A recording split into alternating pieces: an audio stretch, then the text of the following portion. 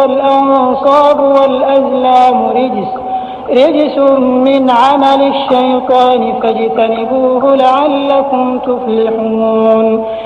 إنما يريد الشيطان أن يوقع بينكم العداوة والبغضاء في الخمر والميسر ويصدكم عن ذكر الله وعن الصلاة فهل أنتم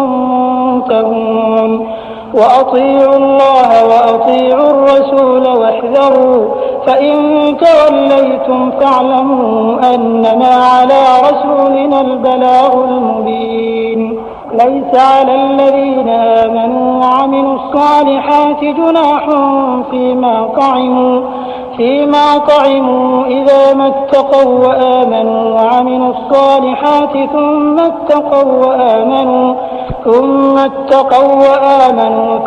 اتقوا وأحسنوا والله يحب المحسنين. يا أيها الذين آمنوا ليبلونكم الله بشيء من الصيد تناله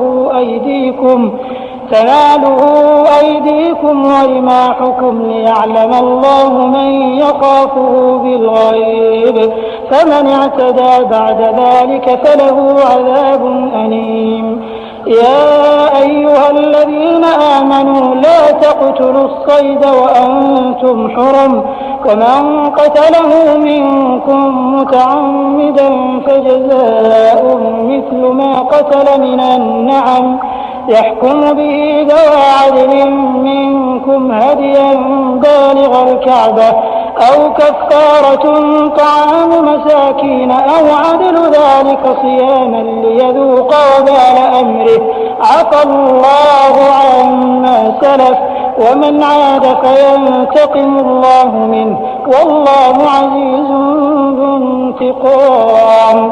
أحل لكم صيد البحر وطعامه متاعا لكم وللسيارة وحرم عليكم صيد البر ما دمتم حرما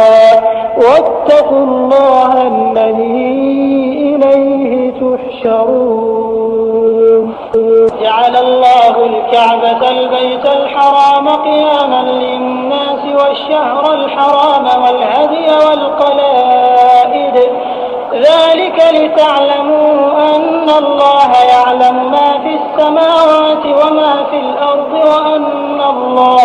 وأن الله بكل شيء عليم. اعلموا أن الله شديد العقاب وأن الله غفور رحيم. ما على الرسول إلا البلاغ والله يعلم ما تبدون وما تكتمون. قل لا يستوي الخبيث والطيب ولو أعجبك كثرة الخبيث فاتقوا الله يا أولي الألباب لعلكم تفلحون. يا أيها الذين آمنوا لا تسألوا عن أشياء إن تبد لكم تسؤكم وإن تسألوا عنها حين ينزل القرآن تبد لكم عفى الله عنها والله غفور حليم. قد سألها قوم من قبلكم ثم أصبحوا بها كافرين. ما جعل الله من بحيرة ولا سائبة ولا وصيلة ولا حام ولكن الذين كفروا يفترون على الله الكذب وأكثرهم لا يعقلون. وإذا قيل لهم تعالوا إلى ما أنزل الله وإلى الرسول قالوا حسبنا ما وجدنا عليه آباءنا أولو كان آباؤهم لا يعلمون شيئا ولا يهتدون. يا أيها الذين آمنوا عليكم أنفسكم لا يضركم من ضل إذا اهتديتم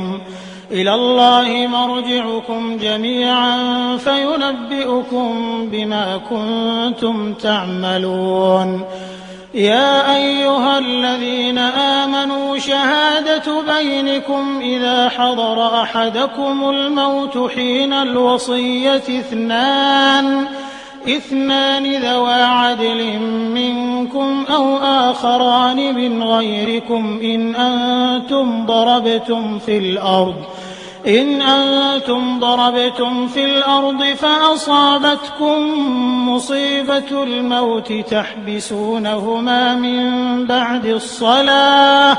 فيقسمان بالله إن ارتبتم لا نشتري به ثمنا ولو كان ذا قربى ولا نكتم شهادة الله إنا إذا لمن الآثمين فإن عثر على أنهما استحقا إثما فآخران يقومان مقامهما من الذين استحق عليهم الأوليان فيقسمان بالله لشهادتنا أحق من شهادتهما وما اعتدينا إنا إذا لمن الظالمين ذلك أدنى أن يأتوا بالشهادة على وجهها أو يخافوا أن ترد أيمانهم بعد أيمانهم واتقوا الله واسمعوا والله لا يهدي القوم الفاسقين يوم يجمع الله الرسل فيقول ماذا أجبتم قالوا لا علم لنا إنك أنت علام الغيوب إذ قال الله يا عيسى ابن مريم اذكر نعمتي عليك وعلى والدتك إذ أيدتك بروح القدس تكلم الناس في المهد وكهلا وإذ علمتك الكتاب والحكمة والتوراة والإنجيل وإذ تخلق من الطين كهيئة الطير بإذني فتنفخ فيها فتكون طيرا بإذني وتبرئ الأكمه والأبرص بإذني وإذ تخرج الموتى بإذني وإذ كففت بني إسرائيل عنك إذ جئتهم بالبينات فقال الذين كفروا منهم إن هذا إلا سحر مبين وإذ أوحيت إلى الحواريين أن آمنوا بي وبرسولي قالوا آمنا واشهد بأننا مسلمون إذ قال الحواريون يا عيسى ابن مريم هل يستطيع ربك أن ينزل علينا مائدة من السماء قال اتقوا الله إن كنتم مؤمنين قالوا نريد أن نأكل منها وتطمئن قلوبنا ونعلم أن قد صدقتنا ونكون عليها من الشاهدين قال عيسى ابن مريم اللهم ربنا أنزل علينا مائدة من السماء تكون لنا عيدا لأولنا وآخرنا وآية منك وارزقنا وأنت خير الرازقين قال الله إني منزلها عليكم فمن يكفر بعد منكم فإني أعذبه عذابا لا أعذبه أحدا من العالمين وإذ قال الله يا عيسى ابن مريم أأنت قلت للناس اتخذوني وأمي إلهين من دون الله قال سبحانك ما يكون لي أن أقول ما ليس لي بحق إن كنت قلته فقد علمته تعلم ما في نفسي ولا أعلم ما في نفسك إنك أنت علام الغيوب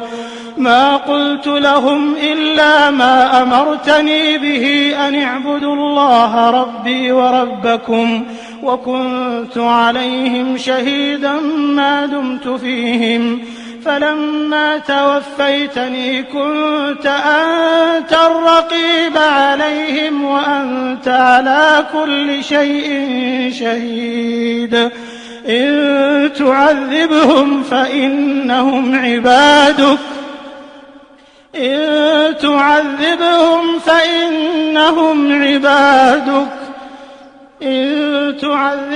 فإنهم عبادك وإن تغفر لهم فإنك أنت العزيز